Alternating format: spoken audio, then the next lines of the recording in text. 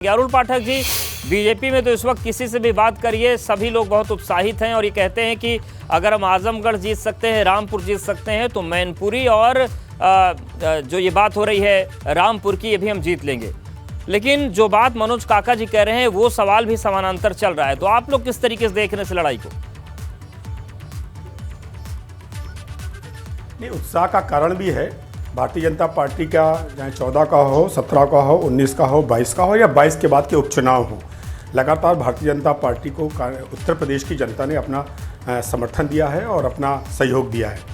उत्तर प्रदेश की जनता ने ठान लिया है कि उन लोगों को सत्ता पे नहीं आने देंगे जो भ्रष्टाचार को बढ़ावा देते थे, उन लोगों को सत्ता में नहीं आने देंगे जो बाहुबलियों को और माफियाओं को संरक्षण देते थे, उन लोगों को नहीं आने देंगे जो तुष्टिकरण अपनाते थे, उन लोगों को नहीं आने देंगे जो महिलाओं की सुरक्षा नहीं कर पाते थे, उन लोगों को नहीं आने देंगे जिनके में थाने बिकते थे और कानून व्यवस्था पूरी तरह पंग हो गई थी। उत्तर प्रदेश की जनता ने इसको ठान लिया है और ठान ही नहीं लिया है, इसके कई बार समर्थन भी किया है। 2014 में लोकसभा चुनाव में किया, 17 में विधानसभा चुनाव में किया, 19 में फिर लोकसभा चुनाव में किया, 22 में फिर विधानसभा चुनाव में किया, विधानसभा चुनाव के बाद हुए लोकसभा के उपचुनाव में किया और लगातार उत्तर प्रदेश की जनता ये भारतीय जनता पार्टी के साथ है। दूसरी बात कि भारतीय जनता पार्टी एक सतत चलने वाली पूरी प्रक्रिया है। इसमें हमारा कार्यकर्ता, हमारे नेता लगातार मेहनत करते हैं, जनता के बीच में जाते हैं, उनसे संवाद करते हैं, उनकी समस्याओं का हल करवाते हैं, उनकी समस्याओं का निदान करवाते हैं। उन्हीं समस्याओं की बात तो मनोज काका ने कही कि अगर 34 करोड़ की सड़क को पीडब्ल्यूडी मंत्री खुद उंगलियों से उखाड़ दें तो फिर तो ये भ्रष्टाचार ही हो गया। यही मुद्दा वो जनता से जाके कहेंगे? नहीं, भ्रष्टाचार नहीं हुआ। जो भ्रष्टाचार हुआ उसको दबाया नहीं गया है, उसको लाकर उसको आखिरी परिणाम तक पहुंचाया जा रहा है। ये नहीं हो रहा कि उस पर लीपापोती हो रही हो। भ्रष्टाचार उसे कहते हैं जो गलत काम होने के बाद उसको छुपाया जाए, संरक्षण दिया जाए और ऐसे माफियाओं को, ऐसे ठेकेदारों को हम उत्तर प्रदेश की जनता कभी माफ नहीं कर सकती और उत्तर प्रदेश की जनता ने ये करके दिखाया है। लगातार ये समाजवादी पार्टी के लोग 2014 से ये कहते आ रहे हैं और उत्तर प्रदेश की जनता बार बार ये कह रही है कि नहीं, हमें भारतीय जनता पार्टी की डबल इंजन की सरकार चाहिए, हमें मोदी जी की सरकार चाहिए, हमें योगी जी की सरकार चाहिए, हमें भ्रष्टाचार मुक्त सरकार चाहिए, हमें इस्तकबाल वाली सरकार चाहिए, हमें माफियाओं को जेल में पहुंचाने वाली सरकार चाहिए, हमें जो गुंडे हैं उनको इस प्रदेश से बाहर में खदेड़ने वाली सरकार चाहिए, हमें आएंगे मनोज काका जी आपके पास भी आएंगे।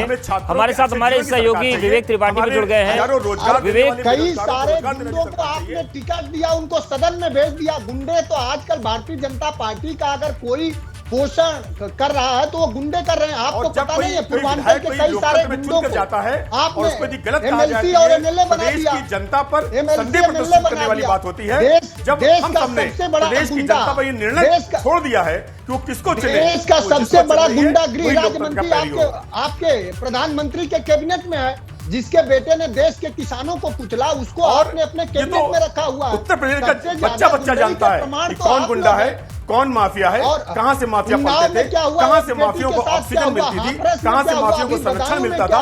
देश का बच्चा जानता है, प्रदेश का बच्चा इसको जानता है और लगातार प्रदेश की जनता ने उन सबको मुंहतोड़ जवाब दिया है, उनको दिशा दी है कि नहीं, आपको एक स्वच्छ राजनीति करनी पड़ेगी, एक अच्छी राजनीति। आप दोनों के पास आएंगे क्योंकि सवाल दोनों तरफ से है। लेकिन विवेक, आपसे मेरा सवाल ये है कि मैनपुरी को लेकर कुछ जानकारी मिल पा रही है क्या लखनऊ से कि मैनपुरी में कौन संभालेगा नेताजी की विरासत? 135 भाई बहनों को किसने मारा? आपके भ्रष्टाचार ने मारा।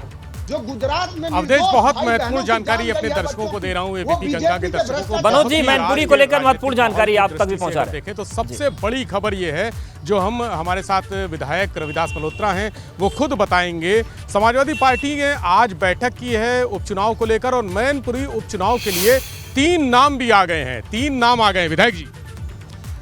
मैनपुरी में जहां पर समाजवादी पार्टी के संस्थापक, संरक्षक, धरतीपुत्र आदरणीय मुलायम सिंह जी सांसद थे, उनके निधन के बाद वो सीट खाली हो गई है।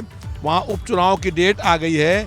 समाजवादी पार्टी चुनाव वहां पर लड़ेगी और बड़े अंतर के साथ वहां पर पार्टी का प्रत्याशी चुनाव जीतेगा और ये अधिकार समाजवादी पार्टी के राष्ट्रीय अध्यक्ष जी को है, वो प्रत्याशी चयन करने का काम करेंगे। जी, 3 नामों में कौन कौन हो सकते हैं? समाजवादी पार्टी के माननीय राष्ट्रीय अध्यक्ष जी के पास वो नाम हैं और बहुत जल्दी ही जो है वो आपको नाम मालूम हो जाएंगे और बहुत जल्दी ही चुनाव कौन लड़ेगा जानकारी इसकी मिल जाएगी। समाजवादी पार्टी के माननीय राष्ट्रीय अध्यक्ष जी ने क्षेत्र के और वहाँ के लोगों से बातचीत करी है और बहुत शीघ्र वो निर्णय करेंगे। क्या शिवपाल सिंह यादव जी का नाम उस 3 नामों में शामिल है? कि ये तो कौन कौन से नाम हैं ये समाजवादी पार्टी के माननीय राष्ट्रीय अध्यक्ष जी के पास हैं और वो उन नामों में घोषणा करेंगे कि किसको प्रत्याशी बनाया जाए। हम लोग जानते हैं कि वहाँ पर सपा के जो चुनाव लड़ेंगे वो चुनाव वहाँ पर जीतेंगे, बहुत भारी अंतर से वहाँ पर समाजवादी पार्टी की जीत होगी। तो अवधेश रविदास मल्होत्रा जी बहुत सीनियर लीडर हैं, समाजवादी पार्टी के विधायक हैं और इन्होंने बता दिया है कि नाम आ चुके हैं। ये आज की सबसे बड़ी पॉलिटिकल न्यूज़ है कि मैनपुरी लोकसभा उपचुनाव के लिए 3 नाम तय किए गए हैं। नामों से पर्दा नहीं उठा रहे हैं, अभी नहीं बता रहे हैं, लेकिन 3 नाम आ चुके हैं और जाहिर सी बात है जिस तरह से शिवपाल सिंह यादव ने कहा था कि वो वापसी के रास्ते देख रहे हैं और किसी बड़ी जिम्मेदारी के कब तक ऐलान हो सकता है? क्या ये रविदास जी बताना चाह रहे हैं या नहीं बताना चाह रहे हैं? रविदास जी हमारे एंकर अवधेश पूछ रहे हैं कि नामों का ऐलान कब तक हो सकता है? अगर 3 नाम है तो उसमें से एक नाम कब सामने आ सकता है? हो सकता है कि बहुत जल्दी ही वो नाम सामने आ जाएगा और वो नाम सबकी सहमति से आएगा और वो जो नाम आएगा वो निश्चित रूप से मैनपुरी का अगला सांसद होगा। मैनपुरी का अगला सांसद होगा। रविदास मल्होत्रा जी ने साफ कर दिया है कि नाम सामने आ चुके हैं, इनके सामने, अभी हमारे सामने नहीं आए हैं, मीडिया के सामने नहीं आए हैं, समाज के सामने नहीं आए, लेकिन इनको मालूम है, रविदास मल्होत्रा जी को नाम मालूम है। ये नहीं बता रहे हैं, पार्टी का जो गाइडलाइन होती है, जो एक प्रोसीजर होता है, उस प्रोसीजर से नाम जारी किए जाएंगे और उन नामों पर आज मंथन भी किया है। कम से कम 3 घंटे तक अखिलेश यादव ने समाजवादी पार्टी के मुख्यालय में बैठक करके अपने पदाधिकारियों के साथ, जिसमें रविदास मल्होत्रा जी भी शामिल थे, विधायक वो भी शामिल थे, मनोज पांडे भी शामिल थे, वो उन सबके साथ चर्चा किए, मंथन हुआ है और उन नामों में से कौन सा एक नाम। विवेक, एक चीज और आपसे जानना चाहते हो, उबैदुर रहमान भी जुड़े हुए हमारे साथ रामपुर से और वो कह रहे हैं कि रामपुर से कौन लड़ेगा ये तो आजम खान तय करेंगे। तो सब कुछ आजम पर छोड़ा गया है या यहाँ चर्चा है कुछ लखनऊ में भी उन नामों को लेकर?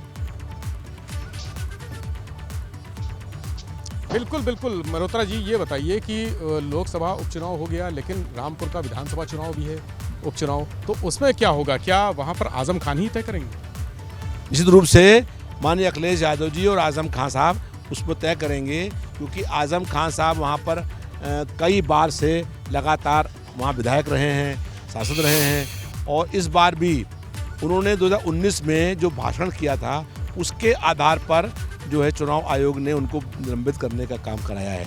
लेकिन हम स्पष्ट रूप से कहते हैं कि रामपुर में भी समाजवादी पार्टी बहुत बड़े अंतर से चुनाव जीतने का काम होगा। पिछली बार हार गए। वो चुनाव पार्लियामेंट का चुनाव था और उसमें आजम खान साहब जो थे वो बहुत अस्वस्थ थे, लेकिन ये चुनाव आजम खान साहब के जो है निलंबित करने के बाद चुनाव हो रहा है। इसमें आजम खान साहब जो लड़ाएंगे निश्चित रूप से वो प्रत्याशी अगला विधायक होगा।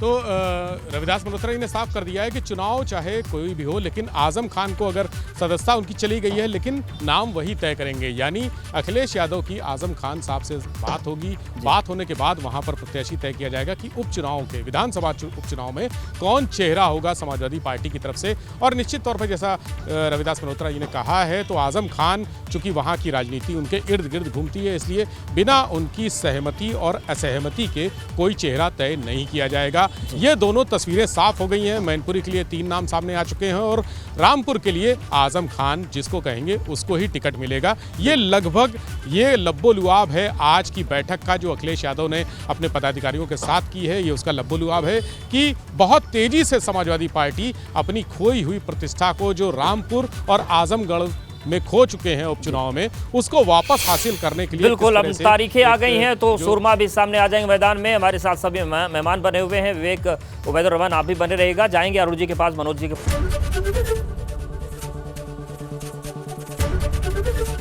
एबीपी गंगा, खबर आपकी, जुबान आपकी।